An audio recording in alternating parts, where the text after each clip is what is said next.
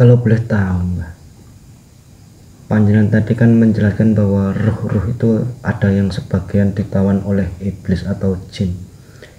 Itu kok bisa Mbah ditawan? Itu sebenarnya ada kesalahan apa Mbah kok bisa ditawan iblis jin itu? Terkadang manusia ini karena keinginan nafsu menjual jiwanya kepada bangsa iblis. Karena iming-iming harta. Atau ada juga yang teriming oleh kesaktian. Seperti itu. Sehingga ada sebagian roh ini yang menjadi budak-budak, dan roh idofinya disiksa. Sehingga jika roh-roh yang ditawan iblis ini disiksa, dijadi budak, maka roh idofi juga tersiksa. Karena memang itu juga bagian dari satu kesatuan sebetulnya. Mungkin banyak orang yang belum paham tentang unsur-unsur roh ini. Gini Mbah, kok panjenengan tadi membeberkan bisa ditawan iblis kan melakukan kesaktian ataupun kan kalau ditengok itu orang melakukan kesaktian itu kan dengan melakukan tirakat ataupun melakukan pelatihan secara fisik ataupun mental. Kenapa kok iblis atau jin bisa mengambil itu? Apa itu memang dibantu kesaktian itu? Sudah jelas, apalagi kalau tirakat-tirakat yang tidak ada sanad yang menyambung. Maka itu kemungkinan besar sudah dalam pengaruh iblis. Jika manusia itu ingin punya keilmuan kebal, biasanya kelak menjadi siluman buaya. Jika punya keinginan punya keilmuan halimunan atau menghilang, maka kelak akan menjadi nyamuk. Atau punya kesaktian-kesaktian yang lain, maka akan berubah menjadi siluman ular. Ada yang jadi siluman harimau. Itu semua berdasarkan karena keinginan nafsu manusia. Dan jika orang sudah menjual dirinya dengan pesugihan yang sampai menyerahkan tumbal korban manusia, maka orang tersebut sulit bisa selamat karena secara sadar menyerahkan jiwa raganya kepada bangsa iblis. Itu Bismillahirrahmanirrahim. Assalamualaikum warahmatullahi wabarakatuh. Waalaikumsalam warahmatullahi wabarakatuh. Alhamdulillahirrahmanirrahim. Bertemu lagi dengan kita tim Insan Merbabu. Salam bahagia kepada sedulur-sedulur semuanya. Mudah-mudahan sedulur-sedulur semuanya dalam perlindungan Allah, dijauhkan dari mara bahaya, diberikan kesehatan, umur yang panjang yang barokah. Di kesempatan hari ini kita tim mau mengungkap dari sisi gaib tentang penjelasan ruh yang ada di dalam jasad manusia. Namanya ruh apa dan ada berapa dan tugasnya untuk apa. Oleh sebab itu kita tim mau menarik sisi gaib yang bisa menjelaskan semuanya itu. Sebelum kita mulai, saya ucapkan banyak terima kasih pada sedulur-sedulur semuanya yang ada di dalam negeri maupun yang ada di luar negeri, yang selama ini sudah mendukung, membantu berkembangnya channel-channel kita. Mudah-mudahan kebaikan-kebaikan sedulur semuanya dibalas oleh Allah beribu-ribu kali lipat kebaikan, dibukakan pintu-pintu rezeki yang halal yang barokah, digampangkan berbagai macam urusan. Untuk menyingkat waktu, monggo sedulur kita mulai proses mediumisasinya. Di kesempatan hari ini kita ditemani oleh beliau Bapaknya Murami. Assalamualaikum. Waalaikumsalam. Mohon doanya sedulur semuanya, mudah-mudahan ini nanti bisa berjalan dengan lancar, tidak ada halangan sedikit apapun, dan mudah-mudahan bisa bermanfaat. Monggo Pak, dimulai saja. Bismillahirrahmanirrahim. Bismillahirrahmanirrahim. Dan yang dibersihkan anak ingat anak macam dari kulitan setan iblis yang musuh semua pembesuk dengan masukan dajjal di dalam tubuh manusia semua dihancurkan di kaki Allah. Haus dibersihkan dari semua kesamaan Allah. Haus saya menyamakan dibersihkan di latifah-latifahnya, di pikiran dibersihkan semuanya Allah. Haus Bismillahirrahmanirrahim. Saya mohon yang mereka dibentengi tubuhnya Pak yang melalui ruh dan sukma jasadnya, keluarganya dengan benteng cahaya beliau yang berlapis-lapis tidak bisa ditembus oleh makhluk Allah yang bisa masuk dan dengan ibaratnya makhluknya saya matinya sebenar-benarnya. Sallallahu. Bismillahirrahmanirrahim. Ya Allah,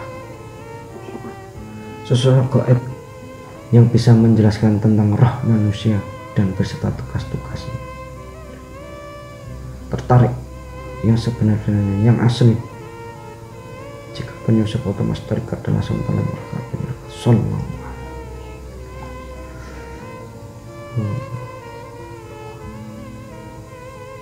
Allah. Bismillahirrahmanirrahim. Bismillah.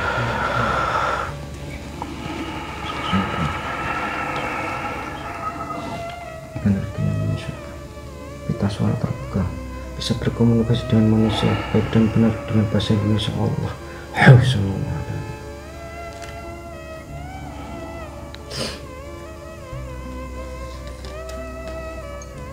Mohon maaf, ini dengan siapa ini?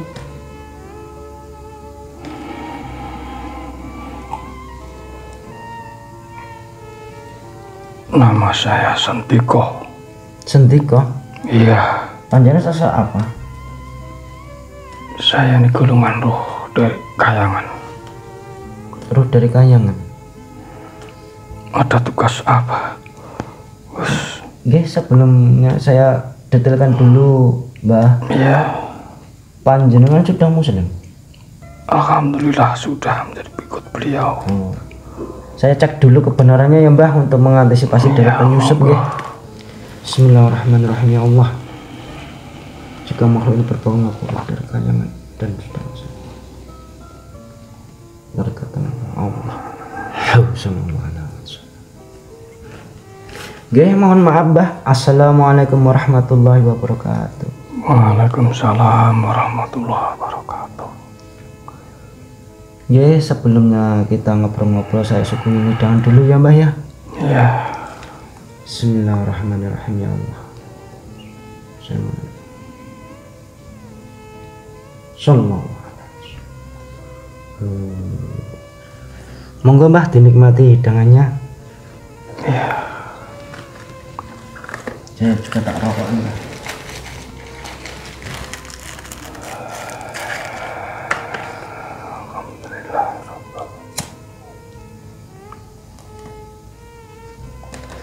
Mohon maaf ya Mbah kalau saya mengganggu panjenengan.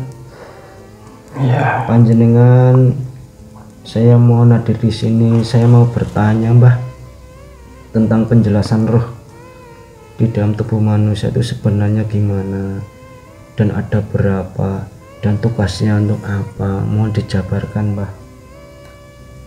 Iya Gus, semampu saya ya Gus. Nggih. Terkadang ada perbedaan dalam mempelajari tentang apa itu roh. Walaupun esensinya sama, tapi terkadang cara memahaminya juga berbeda. Nggih. Bahwa manusia itu terdiri dari 9 roh 7 sukma. Nggih. Namun sebelumnya kami mohon maaf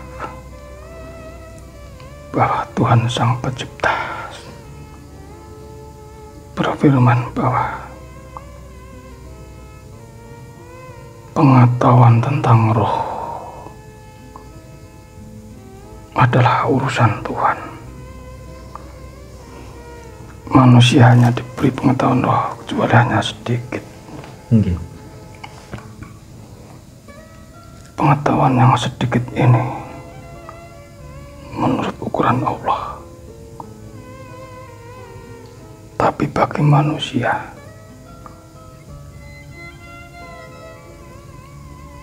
sedikitnya bagi Tuhan, tapi bagi manusia juga bisa bermakna luas. Bahwa roh manusia ini terdiri dari 9 roh dan 7 sukma yang masing-masing mempunyai fungsi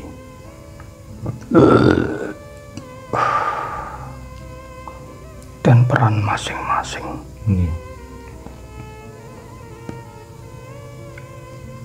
Jika diibaratkan bahwa tubuh manusia ini ada jasad, ada roh dan ada sukma. Yang mana roh yang 9 itu ada roh utama,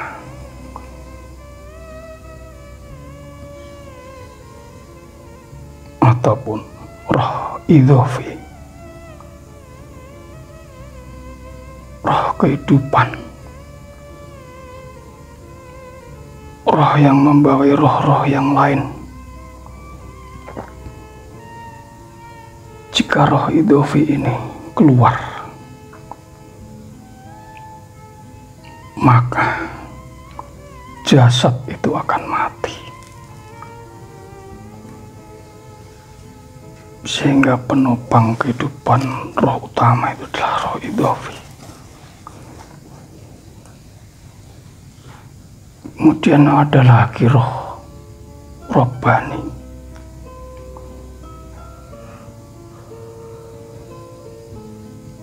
yang mana roh ini roh yang masih bersih, tidak tercampuri nafsu.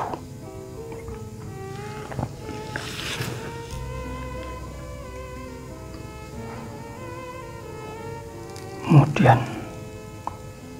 juga ada roh-roh yang lain. Roh robbani ini, jika manusia itu sudah bisa mencapai kesadaran roh robbani ini, yang ada adalah ketenangan.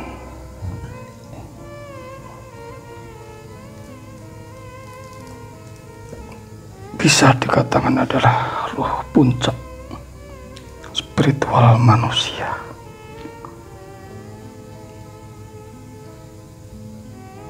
Jika manusia itu bisa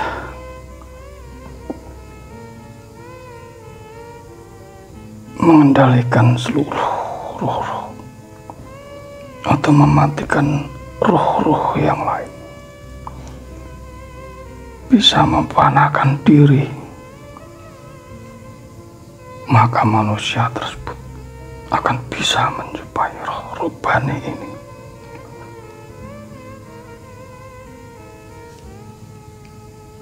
Kemudian ada lagi Roh Kudus, roh yang suci,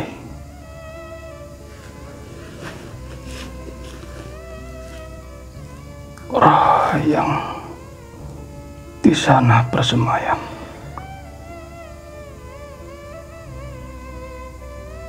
Kehendak bebas manusia.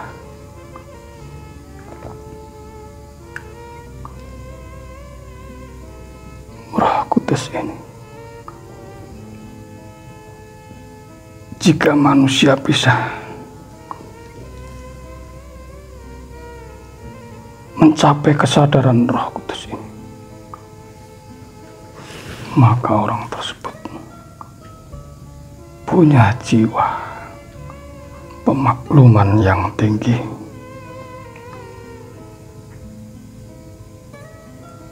punya sifat toleransi yang tinggi,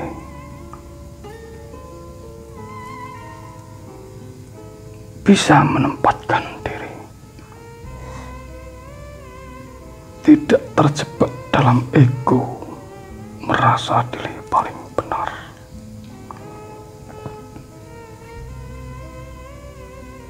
Namun jika roh ini hilang, maka yang ada pada manusia itu sifat ego yang tinggi, tidak punya toleransi, merasa diri paling benar.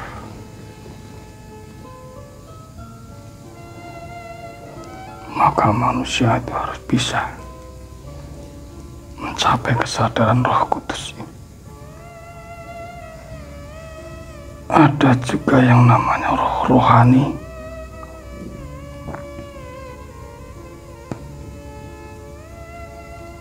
di mana roh rohani ini bersemayamnya nafsu, baik itu nafsu lawamah, amarah, sufiyah, dan mutmainah. Maka manusia harus bisa mengendalikan nafsunya. Jangan sampai nafsu menguasai segalanya. Tapi harusnya manusia itu bisa mengendalikan nafsu itu, tunduk di bawah roh-roh yang lain.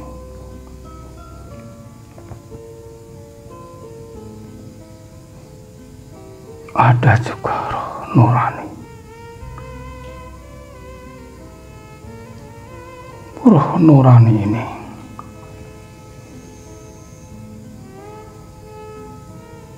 bisa membuat manusia auranya bersinar, bercahaya.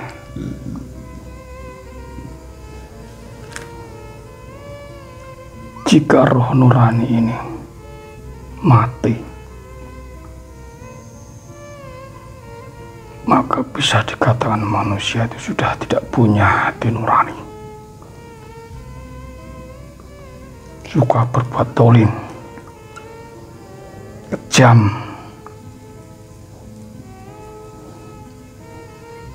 bengis, dan nuraninya hilang.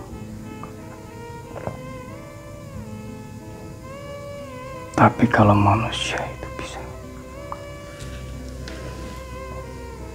mengendalikan nurani,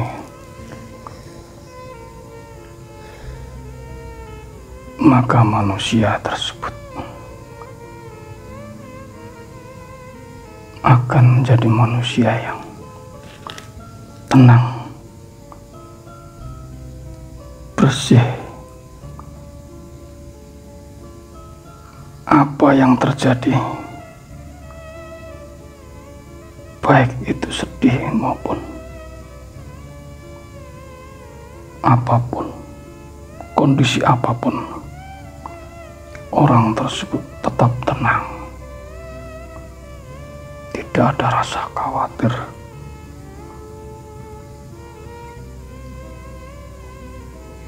Meskipun diberi nikmat yang banyak, dia bisa menyadari, menempatkan diri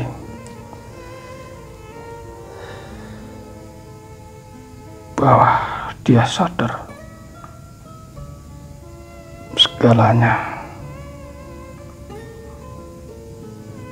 terjadi atas kehendak Tuhan. Ada juga roh rohani. Roh rohani ini, jika orang bisa mencapai kesadaran rohani ini, rohani ini, maka dia punya jiwa penyayang, jiwa sosial, suka memberi, cinta kasih kepada sesama, mencapai titik kesadaran cinta dan kebijaksanaan.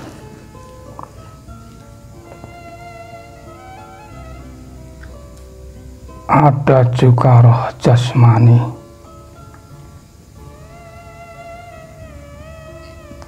Di mana roh jasmani ini tempat bersama semayamnya nafsu-nafsu, amarah, ketamakan, kerakusan, sifat ingin berkembang biak, nafsu kepada lawan jenis,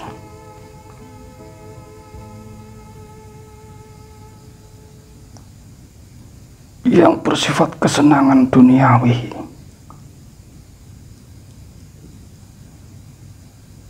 Maka jika orang roh jasmaninya terlalu kuat, maka roh ini akan sifat kemelekatannya akan tinggi, sehingga banyak jika manusia meninggal dunia masih terikat dengan roh jasmani ini, maka roh jasmani inilah yang sulit menyatu dengan roh-roh yang lain, karena masih terikat kemelekatan dengan unsur duniawi, baik itu kesenangan, harta, wanita, ataupun kesenangan-kesenangan lain, ataupun kesenangan-kesenangan kesaktian.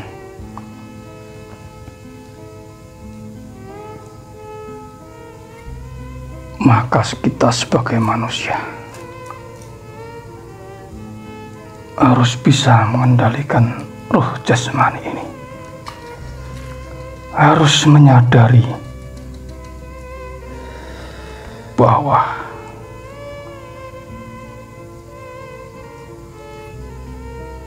nyawa ini hanyalah gaduhan, harta hanya titipan. Jangan sampai sifat kemelekatan pada hal tersebut terbawa sampai mati. Karena kemelekatannya tersebut ketika jika roh dicabut oleh malaikat maut, rasa sakitnya luar biasa,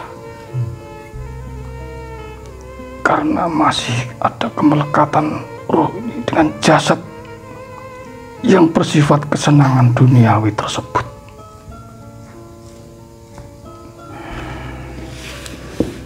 Ada juga roh nabati, roh yang mengurusi tumbuh berkembangnya jasad manusia, perkembangan fisik. Itu yang mengatur adalah roh nabati.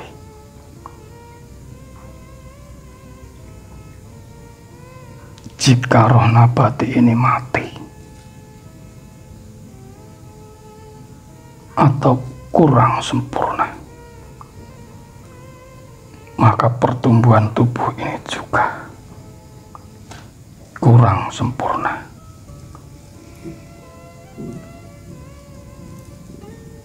Kemudian ada juga roh rewani. Roh rewani ini jika keluar, maka jasad ini akan tertidur.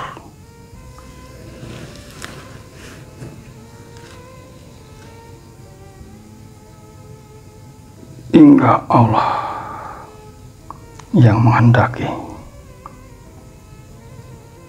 roh ini kembali kepada jasad manusia. Roh inilah yang membawa mimpi manusia-manusia ketika tidur.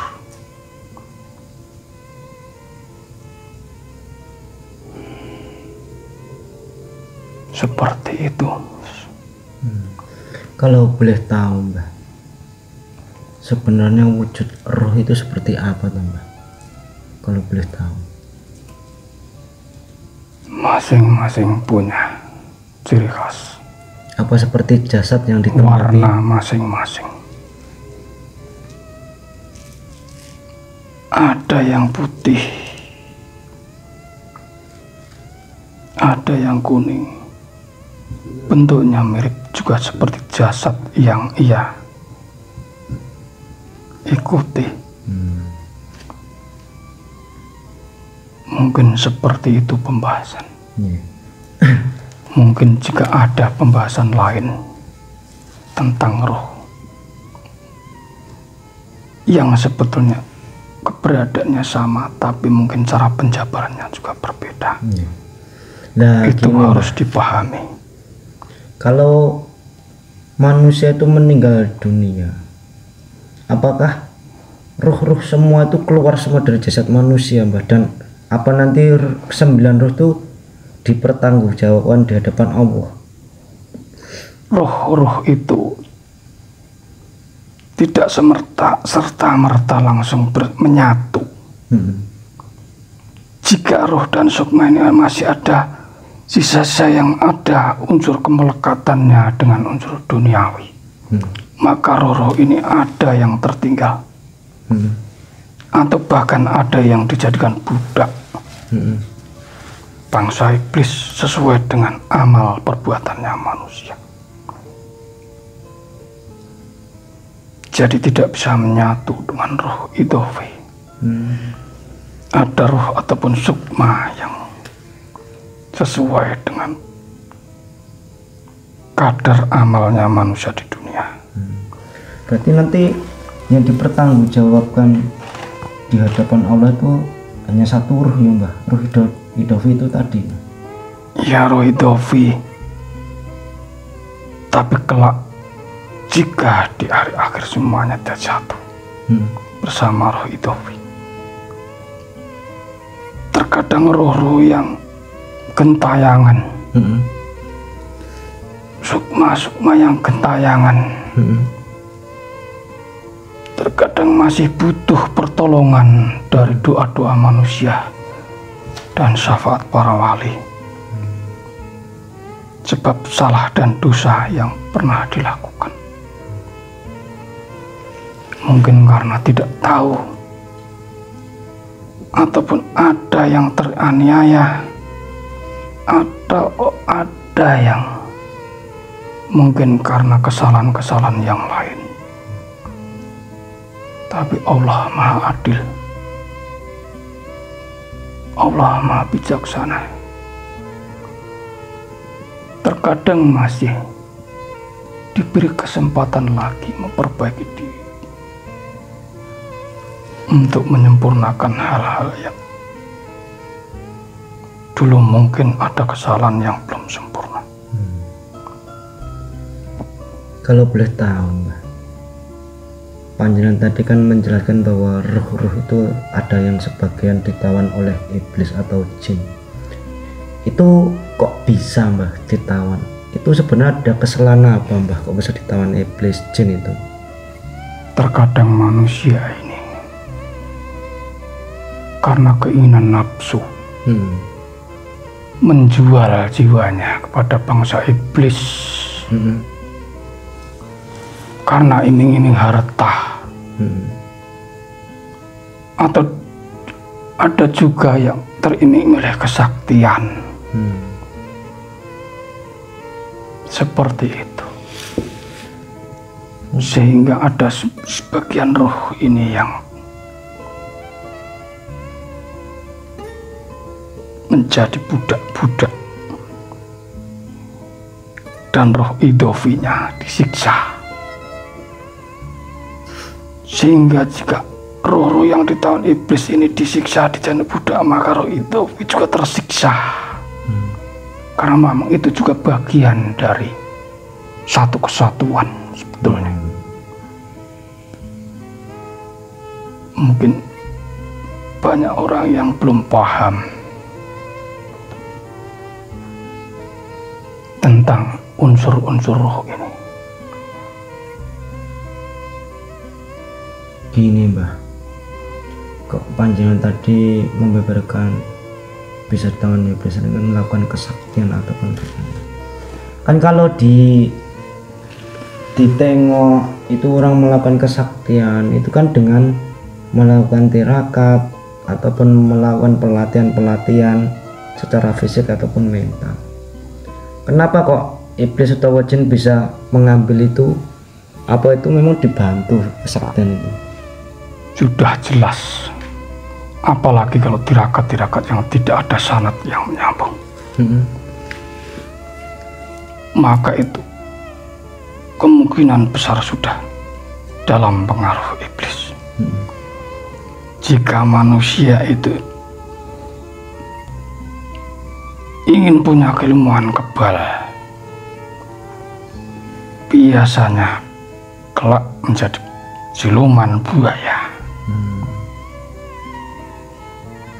Jika punya keinginan menjadi punya keilmuan halimunan atau menghilang, maka kelak akan menjadi nyamuk. Atau punya kesaktian-kesaktian yang lain, maka akan berubah menjadi siluman ular. Ada yang jadi siluman harimau. Itu semua berjalan karena keinginan nafsu manusia. Dan jika orang sudah menjual dirinya dengan pesugihan yang sampai menyerahkan tumbal korban manusia, maka orang tersebut sulit bisa selamat, karena secara sadar menyerahkan jiwa raganya kepada bangsa iblis. Itu menjadi hak iblis. Berarti terkadang iblis itu dengan tipu dayanya itu ya bisa mengiming-imingi masalah harta, mengiming-imingi masalah kesaktian juga ya, Mbak. Iya. Tapi jika orang itu melakukan tirakat-tirakat untuk kesaktian, tapi untuk berjuang dalam membela negara ataupun apa, tapi masih menggunakan kesaktian, biasanya karena keadilan Allah, mereka ini masih diberi kesempatan untuk memperbaiki diri dan menyempurnakan diri. Tapi kalau untuk pesugihan yang sudah berani menyerahkan tumbal nyawa manusia, kebanyakan itu sulit. Dan karena itu sudah di hak iblis, karena dia sadar akan keputusan yang ia ambil. Makanya kita harus berhati-hati. Jangan tergoda dengan iming-iming harta. Jangan tergoda dengan iming-iming kesaktian. Jika memang harus ruh dan sukma kita yang menjadi tumbal pembayarannya.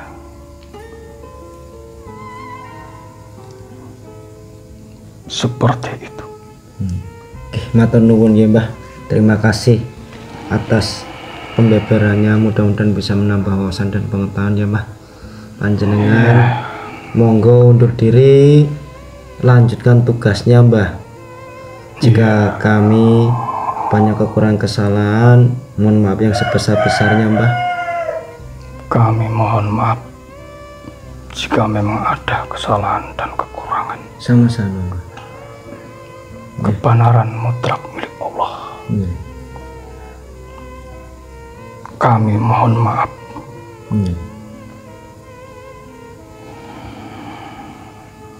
Ya, monggo Mbah.